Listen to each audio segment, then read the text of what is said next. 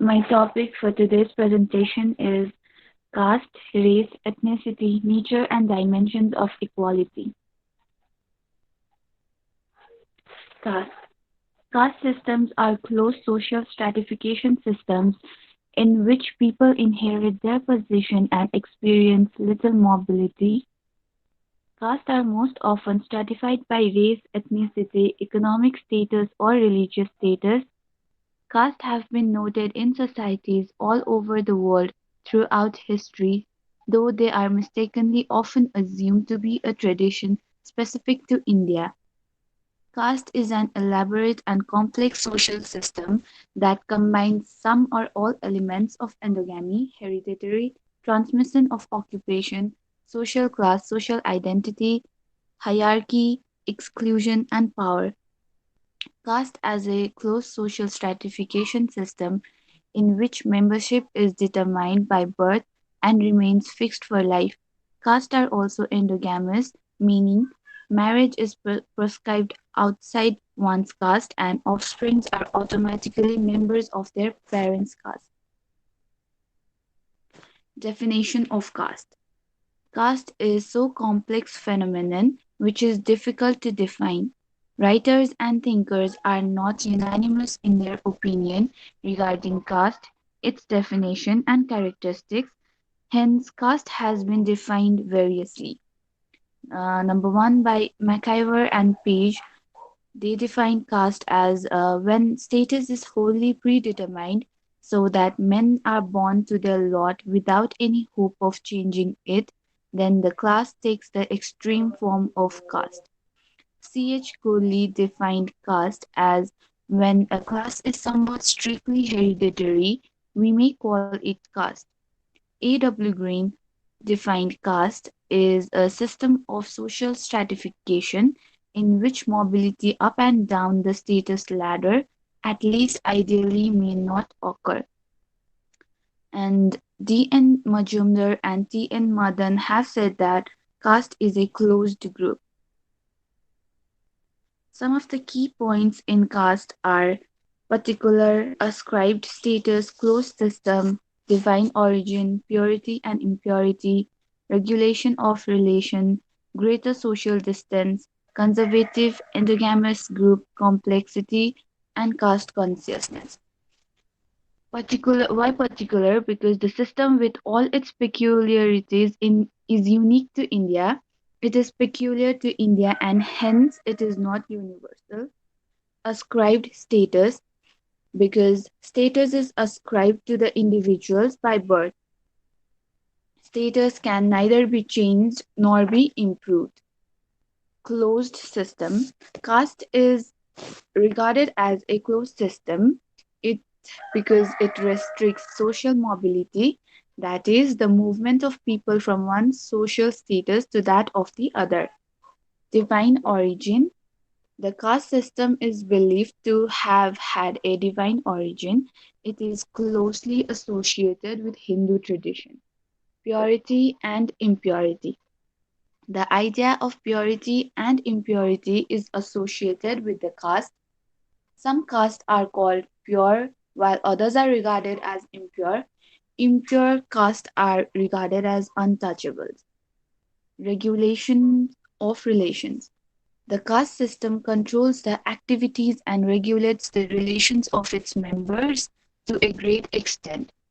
As MacIver says, it fixes the role of a man in society. It regulates even the routine activities of the members. Greater social distance. There is comparatively a greater distance being kept between different castes. Conservative. The caste ridden system tends to become conservative. Orthodox. Caste become in course of time watertight compartments. Now, endogamous group. Caste is an endogamous social unit. Accordingly, every caste member has to marry within the group, selecting the life partner from his or her own caste. Intercaste marriages are not allowed. Complexity. The caste system is a complex system. The very fact that more than 2,800 caste and subcaste are found in India, makes it evident how complex it is. And lastly, caste consciousness. Caste consciousness is more dangerous to democracy. Democracy and caste, strictly speaking, cannot go together because caste is based on inequality. Caste feeling may also endanger the growth of national sentiments and unity. Caste restricts the amount of community feeling. Casteism has been a great hindrance to the national integration in India. And moving on to the next point, I am presenting race and ethnicity. The term racial groups and ethnicity or ethnic groups are being used in a confusing manner. Sociologists are also not using these terms in a consistent manner. Hence, it is necessary to classify the differences in the meanings of these terms. The term race refers to the genetically transmitted physical characteristics of different human groups, and the term ethnicity refers to culturally acquired differences. Now, what is race? Race is not a biological concept, but it is a social creation. The word race as a biological concept is almost meaningless today. Some have defined race as a group of people separated from other groups by a distinctive combination of physical characteristics. Race is a social creation. Social scientists recognize that there is no such thing as a race based purely on objective biological differences. On the contrary, races are regarded as social creation. They result from the attribution of biological characteristics, real or imagined, to a group which is then treated as different from other groups. Race is a socially significant reality. Ethnic groups. Unlike the term race, the term ethnic group has a cultural meaning. It is regarded as a human group which has its national origin or distinctive cultural patterns. The term ethnic group or ethnicity signifies cultural features which may include language, religion, national origin, dietary practices, a sense of common historical heritage, or other distinctive cultural traits. Main differences between race and ethnic groups. Race as a concept refers only to physical characteristics, but the concept of ethnicity refers to cultural features which include religion, language, national origin, etc. Unlike racial characteristics, ethnic differences are culturally learned and not genetically inherited. Racial characteristics are mostly inherited, but no ethnic group has any inborn cultural traits. It acquires them from its environment. For example, the Tamilians of India and Sri Lankan Tamilians ancestry share the same genetic heritage, yet they display very difficult cultural norms and values. Definition of race and ethnic group given by Horton and Hunt. Both the definitions are given by Horton and Hunt. So, race, they defined race as a race is a group of people somewhat different from other groups in its combination of inherited physical characteristics, but race is also substantially determined by popular social definition. Hutton and Hunt defined ethnic groups as any kind of group, racial or otherwise, which is socially identified as different and has developed its own subculture. Next up, I have characteristics of race. The important traits which have been used by anthropologists are as follows. Number one is skin color. Number two, eye color, and form three, hair color and hair form, and for shape of the nose. Skin color. On the basis of skin color, human beings have been divided into the white, yellow, and black race, which correspond to the division. Eye color and form. The mongoloid eye, that is slanting eye, typical of yellow skin area thick. Hair color and hair form.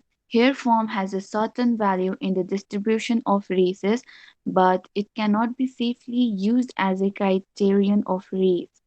Like the Australian black people cannot be called Europeans because they have smooth, wavy hair. Smooth, wavy hair is typical of Europe, Egypt, and Asiatic people, including India. Shape of the nose. Certain extreme nose shapes are found only in certain groups in the world. Both the Negroes and the Caucasians have a wide range of nose shape. Features of ethnicity. Number one, ethnicity relates to identities like caste, language, religion, region, etc. Inequality in terms of sharing power between two ethnic groups result into conflict. Number two, the ethnicity is socially mobilized and territorially confined.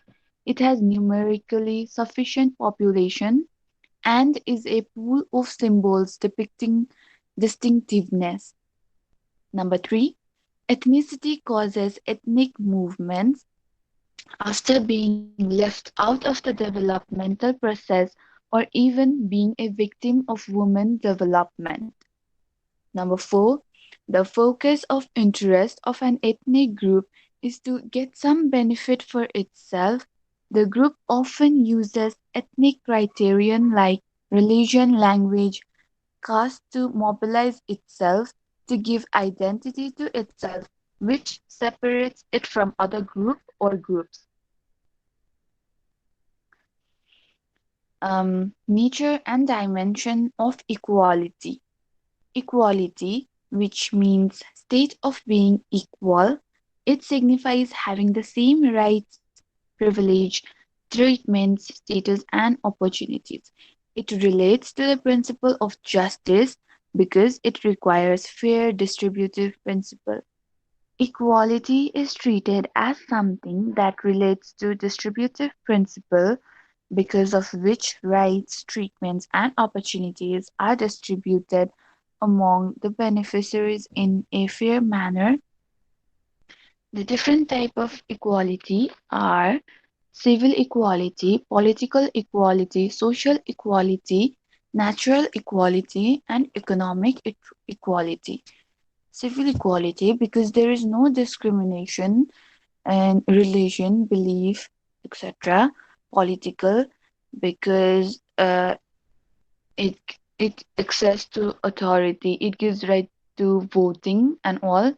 Social, it gives opportunities or privileges. Natural rights. Economic, equality, in, for example, like in property, wealth, and dimension of equality. We live amidst distinctions between human beings on the ground of race and color, knowing well it is unacceptable. In fact, such distinctions violate our intuitive understanding of equality, which tells us that all human beings are entitled to similar respect and consideration because of their common humanity. No society treats all its members in exactly the same way under all circumstances. There can be no identity of treatment so long as men are different in wants, capacities, and needs. Injustice arises much from treating unequals equally as from treating equals unequally. And most important, apart from the natural inequalities, there are inequalities created by the society, inequality based upon birth, wealth, knowledge, and religion. The movement of history is not towards greater equality because As fast as we eliminate one inequality, we create another one.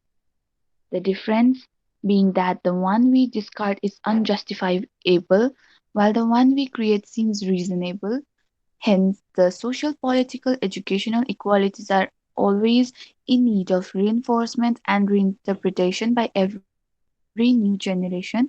Like liberty, equality can also be understood in its negative and positive aspects.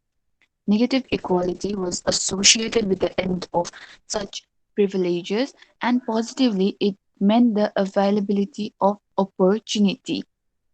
And with this, I would like to finish off my presentation. Thank you.